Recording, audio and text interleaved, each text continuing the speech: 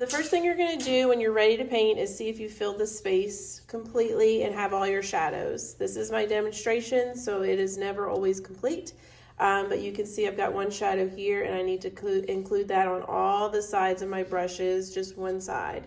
I included a paint palette in this one, and then I do see a big empty space, which is probably not a good idea to leave. We are going to fill some space with paint though, so maybe I'll put something over there. I do have my requirement of 5 to 10 items. This is 5 items. Now you're going to, if you're ready to paint, you're going to get a water cup that looks like this. Fill it less than halfway, because when water cups spill, we do not need to have a whole full cup of water. I've seen them spill a million times. And then over on the brush center, you'll see labeled brushes. You need the medium rounds. Rounds just mean that the brush is rounded at the end instead of flat at the end. And you know a lot about brushes. You've been drawing them for the past couple of days. So this is a round and this is a flat. So you need just a medium-sized round brush. You'll also get liquid watercolors. Liquid watercolors are exactly that. They're watercolors that are liquid. So they're not the pan kind, like the kind I drew here. They're going to come in rainbow order, Roy G. Biv, and then I have a second palette that has black and brown, which we will not use. Leave the lids on. But I do have 2 colors you might need. What do you think T stands for? Turquoise. And then M for? Magenta. So you just twist the cap. Make sure that you put them back on the correct ones. You can use whatever colors you want, except for black and brown. So the first thing you want to think about is, do you want some paint on your brushes? Just dip your brush in the liquid watercolor and then wipe some of the paint off, because you don't need puddles. And then I'm going to have a little bit of paint on the end of this brush. If you do paint on the end of a brush, don't make it perfectly straight. Notice it's almost like a heartbeat line. It's like a little bit higher up, a little bit lower. And then I'm going to have some paint smear off of it and swirl like it's been painting. Now, if you're having paint come off of one brush, have it go under another brush so that it shows depth. So it shows how this brush is on top and this brush is underneath. So it looks like this brush is dragging a trail of paint. So then you clean your brush before you go on to the next color, and then decide what you want to do next. And I'm just going to swirl it around. Maybe I just want a smear of paint back here. Don't have smears of paint go over top of a brush. That doesn't really happen in real life. That's unrealistic.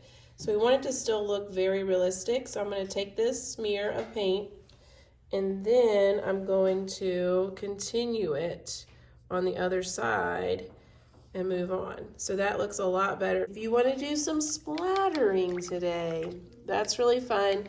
You might want to grab a piece of printer paper, which we know is on this shelf over here, and you can protect areas so that you're not splattering everything. Splatter looks amazing if you contain it a little bit. You don't want to create this beautiful drawing that we've been spending a lot of time on and then cover it up with splatters. So you can see I've got some splatters here and there. So you can contain your splatters. So you dip your brush in whatever color you want. And I am going to splatter right here in the bottom corner. So I kind of just cover everything else up. And then you're going to take your pencil. You don't want to do your finger.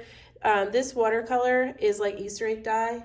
Does not come out until you've taken a shower. So you probably just want to use the pencil so you don't have to worry about touching it. But you just kind of slingshot it out right there like that. That's how we're splattering today. There's a couple of different ways to do it. So here we go again. I'm going to do some right in this corner so you can kind of see. Just pull the pencil up and let the paint splatter. Looks cool. All right, so you can imagine, you can see it's all over this paper. It would just be everywhere. So maybe I want a different color splatter up here, and then I would cover down here. So you kind of have to like plan out your splatters. It's not that kind of painting where we go wild. We actually are doing that next project. So when you're done, just put it in my water cup. Good to go. Yeah, that works too. So think about where you want to plan your paint today. I did a rainbow streak right here. That looks really cool. So I did all the colors to look there. And then you can also make some of your paint trails look scratchy, because that's what paint does. You can also blend 2 colors. I love to blend, especially 2 colors that are beside each other on the color wheel. Like like green and yellow. I'm going to do a little bit of yellow coming out of this brush. So you don't have to have paint coming out of the brush. This one just came out just out of nowhere. I'm going to have the two colors overlap a little bit here. And this one's going to go off to this side. So you're just filling the composition. But I want that color to have some blending green. Start with some green in here. And you just mix on your paper. I got a little bit too much green, so I'm going to wash it off with some water and then have it fade into like a greenish lime yellow. That looks cool. All right, so just think about where you want to place your colors, and when you're done, you're going to put it on the red drying rack. The red drying rack is labeled Art A, Art B, so that when you come back the next class, you will know exactly where to find it instead of having to weed through all the paints from both classes. I forgot to mention to leave your paintbrush drawings in black and white. Do not paint your brushes. If you paint the brushes different colors, they will blend into the background instead of standing out and adding contrast.